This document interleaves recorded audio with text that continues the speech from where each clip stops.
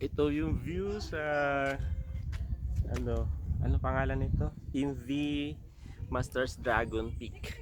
Okay. So, ayan na nandito pa rin tayo sa barko na nandito sa ibabaw ng bundok. Ayan. So, yung may mga tao doon. Ayan.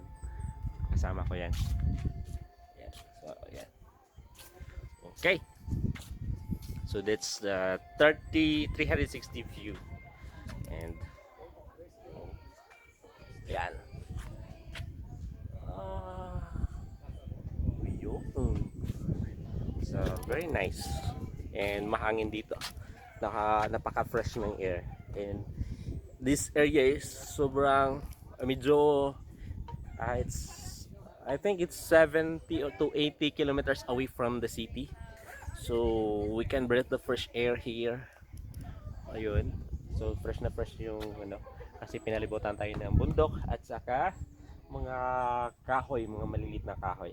Ayan. Ayun ang yan sa likod natin, area natin ito. Ayun. And then doon na area meron siyang water tank. Ayun. So this area or ang pangalan ng lugar nito ay Bili Bourbon, Cebu. So sobrang ganda. Ayun, relaxing yung area. Medyo malayo lang siya pero ayun, saka yung yung daan papunta dito yung malapit na medyo hindi siya rough road pero okay naman madaanan naman siya kayang-kaya naman madaanan. Okay, so ayun, so this area and here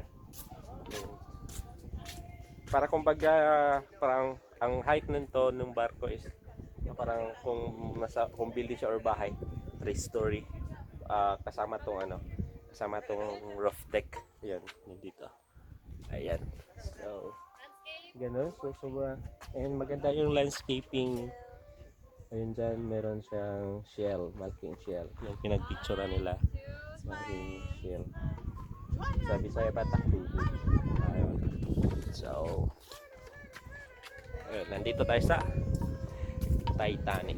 Okay, ayun, so bababa na tayo and meron din ditong mahangin. So doon na area bali sa entrance, kung gusto niyo kumain. So kami oras namin ngayon ay 12 noon, before bali 11 kami umalis na sa amin. So dito na kami magla-lunch. So nag-order muna kami doon sa entrance, lapit sa entrance may kainan sila. So nag-order muna kami bago kami umakyat dito para pagbaba namin mamaya ikakain na kami. Meron din silang mga snacks and ang po nila dito, yung parang specialty nila ay yung dragon fruit shake. So mamaya matitikman natin yung dragon fruit shake natin at i-review natin natin. So bababa na tayo kasi bumaba na sila. Okay. So yun. Parang 3-story lang siya na bahay. Okay. So, dyan tayo duman kanina. So dito yung exit. Kasi entrance yan dyan. Entrance one way lang. And dito exit. So dito tayo sa exit. Okay. Medyo may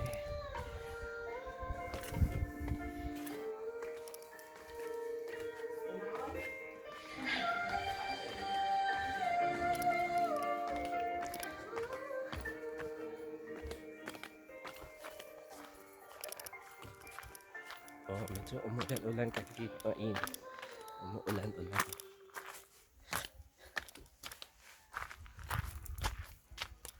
Ayan. So ito may exit din. So doon yung entrance. So yan. So yan ang view ng barko nito. So ayan, Isv pala, hindi MV. Bakit Isv? Isv Masters Dragon Peak ang pangalan ng barkong ito.